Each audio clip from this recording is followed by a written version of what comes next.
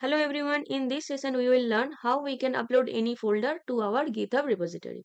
For that first I have to create a repository, so I will click new and I will give it a name, then click create repository. Okay, now I have this folder in my desktop, so I will go into the folder. Here I will right click. Now open git bash here. Now you can see that we are in the exact path. You have to make sure that you are in the directory. Now from here you click git init to initialize the git repository. Initialized git repository. Now you can check the git status.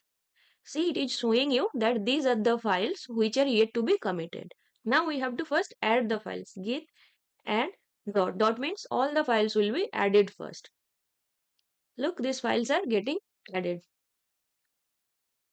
Once it is done, we have to write git commit m and I want to commit. Any message you have to give while committing.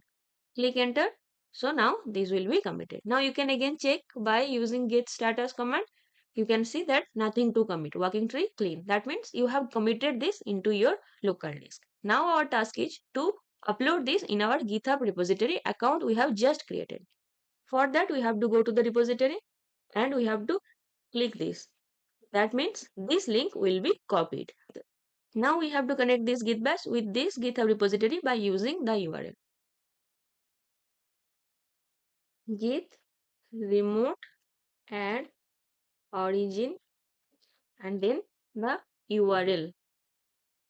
Paste. This will create a link between the git bash and the GitHub repository. Sorry, I have written a remote. This is not a remote. This is remote. Okay. And origin means we are giving this nickname as origin. See, now this is connected. How can I check this is connected or not? Git remote v.